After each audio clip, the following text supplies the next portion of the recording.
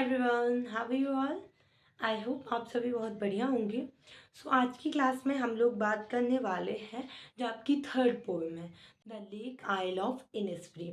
तो इसकी line by line Hindi explanation हमने पिछले क्लास में देखी थी एंड मैंने आपको हर एक वर्ड टू वर्ड का मीनिंग, उसका सिंबल एंड उसके पीछे का रीज़न भी आपको बताया था उस क्लास में। आज की क्लास क्वेश्चन आंसर, बेटा इसके जो इम्पोर्टेंट क्वेश्चन आंसर है वही हम आपको करवाएंगे। आप बिल्कुल चिंता मत करिए क्योंकि ये आपके लिए बहुत इंपॉर्टेंट है, इसलिए हम करवा रहे हैं।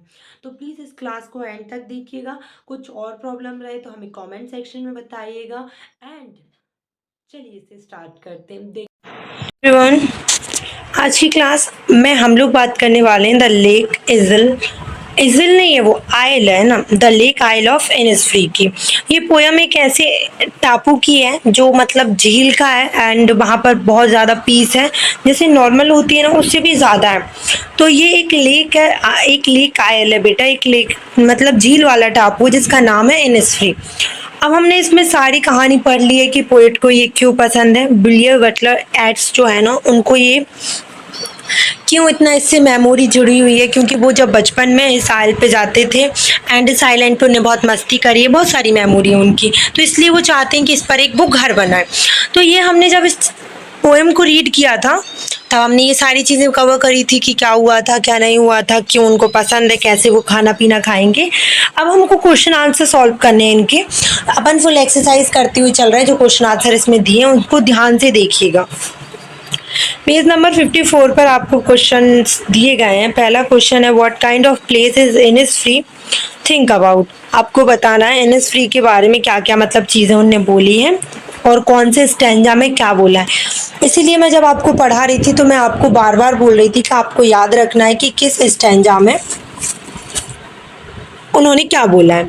तो पहले स्टैंजा की बात हो रही है, the three thing the poet wants to do when he goes back there. Stanza first में उन्होंने बताया था कि वो जब वहां पर जाएंगे तो वो कौन सी तीन तीन मतलब तीन चीजें करना चाहते हैं, कौन सी तीन चीज वहां पर जाके करेंगे। तो चलिए देखते हैं कौन सी तीन चीजें हैं जो हमारे पोइट है वो करना चाहते हैं। तो the poet wants to build a small cabin of clay and battles। क्या होता है, जो हमारे पोएट हैं वो क्या चाहते हैं कि वो एक छोटा सा रूम बनाए क्ले एंड बैटल्स का। क्ले एंड बैटल्स का होता है बेटा, आप लोगों ने देखा होगा लकड़ियों के तोड़कर बनती है। लकड़ियों को तोड़कर आपने देखा होगा रेस्टोरेंट वगैरह जिसमें लकड़ी की कारीगरी कर दी जाती है ना, जैसे तोड़ मरोड़ कर कुछ नया डेवलप करके उसको बनाते। तो वो सॉर्ट ऑफ उसकी बात हो गई है यहाँ पे कि वो बनाना चाहते हैं एक छोटा सा कमरा जो लकड़ी का हो, जहाँ पर वो सिर्फ वही रहे। He wants to plant 9 rows of beans।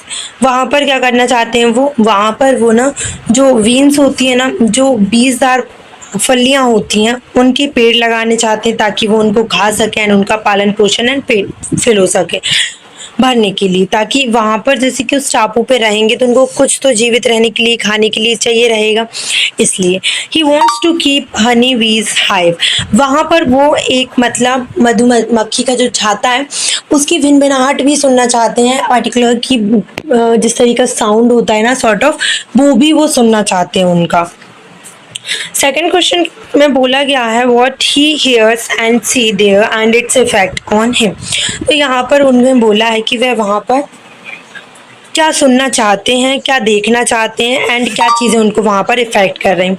Standard number 2 में बोला है ये उन्होंने। तो ही वॉन्ट्स, एक मिनट, सेकेंड वाले में, so he hears the cricket songs. वहाँ पर क्रिकेट सॉन्ग्स मतलब क्रिकेट एक पक्षी का नाम है ना, उसका ये जो गाने की आवाज़ है, उनकी जो चहचहाट की आवाज़ है वो सुनना पसंद करेंगे।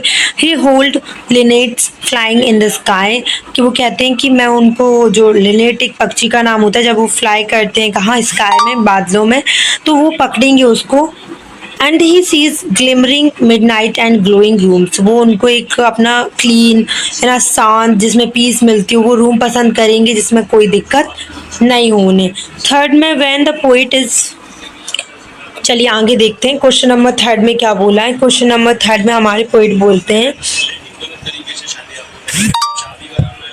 what he hears in his heart's core even when he is far away from Innisfree, जब वो इनिसफ्री से दूर थे तो उन्हें जो मतलब आवाज थी बेसिकली जो उनके कानों में गूंजती थी, जो वो महसूस कर पाते थे, वो वॉइस क्या थी पर्टिकुलर, वो हमें बतानी है। तो यहाँ पर देखिए थर्ड वाला, when the poet is far away from Innisfree he hears the sound of the lake water washing the shore in the heart क। तो यहाँ पर क्या हो रहा है कि जब वो पानी में वॉश कर रहे होते हैं, चीज़ों को धुल रहे होते हैं, शोर कर रहे होते हैं, सो पर्टिकुलर उनको ना वो साउंड सुनाई देता है। क्या साउंड सुनाई देता है?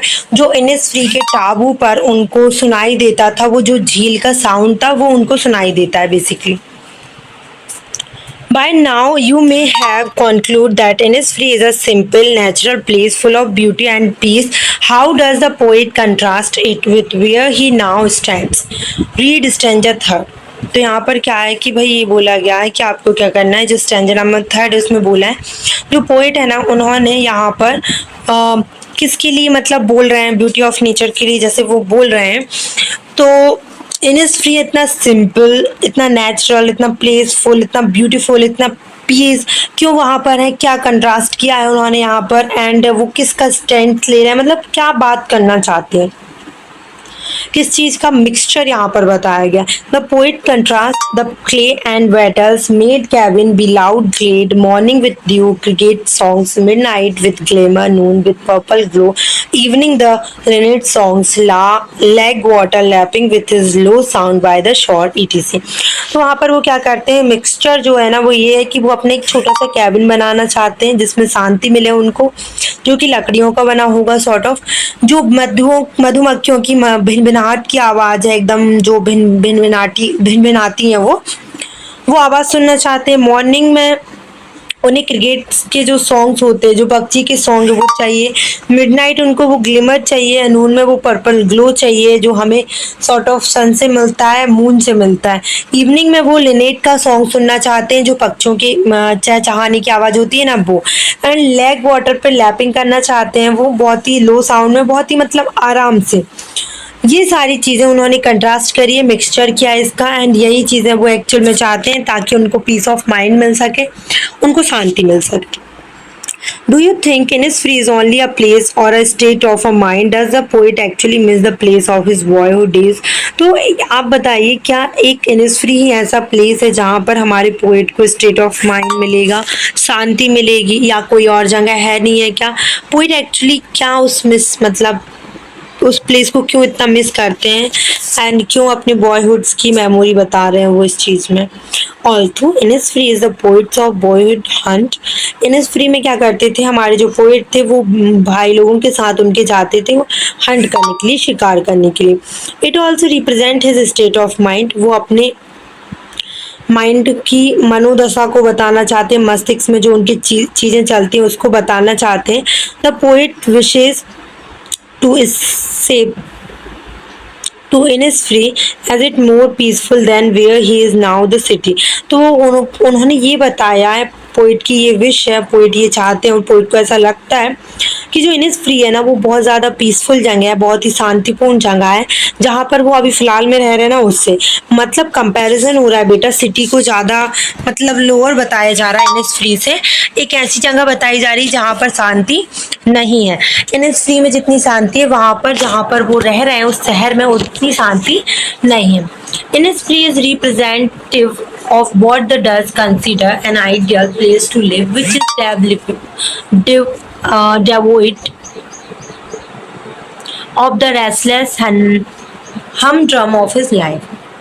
इनिसफ्री को क्या रिप्रेजेंट किया है, पोइट ने एक ऐसा प्लेस कंसिडर किया है जहाँ पर जो रहने लायक है, जहाँ पर वो रहना चाहते हैं, एंड वो लोग वो क्या चाहते हैं, अभी वो कहाँ है, इनिसफ्री से दूर है, एंड वो बार बार वो साउंड ऑफ लेक, जो वाटर का साउंड होता है, वो जो झील का साउंड था उनको सुनाई देता है, वो फील करते हैं, उसको याद करते, उसको रिकॉल करते हैं। Look at the word the poet used to describe what he sees here at। तो आपको ये वर्ड्स दिए गए हैं, इनको डिस्क्राइब करना है, इनको बताना है कि पोइट जो है ये उन्हें जब सुनाई दे रहे हैं, दिखाई दे रहे हैं, तो इन वर्ड्स का मीन्स क्या है, इनका मतलब क्या है। Be loud glade। These words bring to our mind the image of buzzing bees। ये वर्ड्स का मीन्स ये है कि हमारे माइंड में एक इमेज बन रही है जहाँ पर मधुमक्खियां जो है वजिंग कर रही है। वजिंग मतलब होता है कि क्या कर रही है, भिन भिन आ रही है। Evening full of the linnets wings. Evening में क्या हो रहा है, लिनेट्स विंग्स मतलब जो एक लिनेट पक्षी होता है उसके जो विंग्स हैं, उसके जो पंख हैं, उसके बारे में बात करिए। तो these words bring up the image of linnets flying across in evening sky. तो ये जब भी बोलते हैं लिनेट पक्षी के बारे में, तो हमारे माइंड में क्या इमेज बन रही है कि लिनेट पक्षी है जो कि मतलब इवनिंग में, शाम के टाइम कहाँ उड़ रहा है, स्काई में, बादलों में उड़ रहा है। एंड थर्ड क्या होगा बेटा, lake water lapping with low sound, what picture do these words create in your mind. Lake water lapping with low sound, जब ऐसा बोला जा रहा है तो आपके माइंड में कौन सी पिक्चर डेवलप हो रही, बन रही है। So these words evoke not only the image but also the soft sound of a lake's water washing the shore।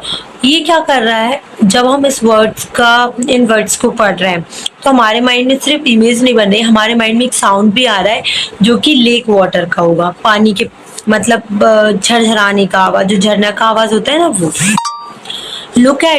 Look at these words. Peace comes dropping, slow dropping from our wheels of the morning to where the cricket sings. What do these words mean to you?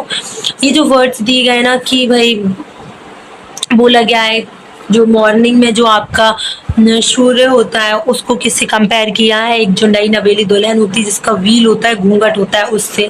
ठीक है। And where the cricket सिंग, जहाँ पर cricket जो पक्षी है वो गा रहा होता है। तो इन वर्ड्स को सुनकर आपके माइंड में क्या आ रहा है, आपके क्या मतलब है इनका। And what do you think come dropping slow from the wheels from the morning, what does to where the cricket sing means. ठीक है, तो इनका मीन्स आपको बताना है और क्या आपके माइंड में आ रहा है वो बताना है। The given lines indicate the peace of mind can be slowly acquired from the natural surrounding। जो हमारे आसपास एक्यूरेट सिचुएशन में जो प्राकृतिक चीजें घूम रही हैं, हो रही हैं, है ना, इनसे क्या है, हमें एक जो पीस ऑफ माइंड मिल रहा है, हमें जो शांति मिल रही है। ये लाइन उसी को क्या कर रही है, इंडिकेट कर रही है, इशारा दे रही है कि ये जब प्राकृतिक चीजें हो रही है तो सॉर्ट ऑफ हमारे माइंड में जो है शांति आ रही है, एक प्रकार से ऐसी शांति जो हमारे माइंड को क्या कर रही है, स्टिल कर रही है, काम कर रही है। It is a peace that comes dropping slow from the wheel of the morning, the phrase to where the cricket sings indicate the peace place where one can hear the vibration sound of nature, sound such as the song of crickets at the time of dawn। ये जो phrase होता है ना, comes dropping slow, इससे क्या होता है, ये जो फ्रेज है कि वेयर द क्रिकेट सिंग्स, ये इंडिकेट कर रही है एक पीसफुल प्लेस को, एक ऐसा प्लेस जहाँ पर ये पक्षियां गाना गाते हैं, पानी गिर रहा है एंड मॉर्निंग हो रही है, मॉर्निंग का टाइम है। तो ये सॉर्ट ऑफ हमारे माइंड में किसके लिए इशारा करते हैं, एक शांति के लिए, एक शांति प्लेस के लिए। Where one can hear the vibration sound of nature, जहाँ हम नेचर के वाइब्रेशन को, थरथराहट को, साउंड को फील कर सकते हैं, सुन सकते हैं।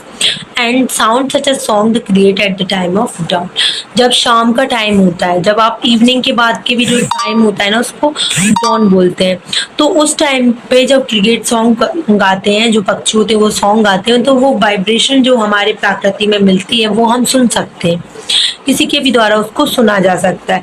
तो सॉर्ट ऑफ ये सारी चीजें जब उन्होंने ये बोली, dropping from the wheel of the morning and where the cricket sings song, तो ये सारे माइंड से हमारे माइंड में एक प्राकृतिक दृश्य बन रहा है, वहाँ हमें एक शांति मिल रही है। और यहाँ पर पोइट भी हमें ऑन जो हमारे बटलर साहब हैं वो कहीं ना कहीं हमारा माइंड कहाँ केंद्रित कर रहे हैं, एक साउंड की तरफ, एक शांति की तरफ, इस साउंड से एक शांति की तरफ, जिससे हमें पीस मिल सके, हम उस चीज को महसूस कर सकते हैं। इसमें आपको 2-3 चीजें दी गई हैं, जैसे कि फर्स्ट, सेकंड, थर्ड स्टैंजा, क्या क्या आपको अलग अलग what kind of think be shared, उसके बारे में बताना है कि भाई क्या क्या चीजें अलग अलग पर्टिकुलर हुई है। आई होप आपके लिए ये हेल्पफुल रही होगी क्लास बेटा। अगर क्लास पसंद आए तो क्लास को लाइक करना, चैनल को सब्सक्राइब कर दीजिएगा। एंड अगर आप लोगों को डेली क्लासेस चाहिए तो डेली क्लासेस का टाइम है 4 PM, तो आप डेली चेक कर सकते हैं। आप सभी का धन्यवाद, आप लोग डेली क्लासेस अटेंड करिए। प्लेलिस्ट में ऑलरेडी मैंने सारी लिंक गिवन है, आप लोग जाके देख सकते हैं एंड चेकआउट करिए। Okay, thank you.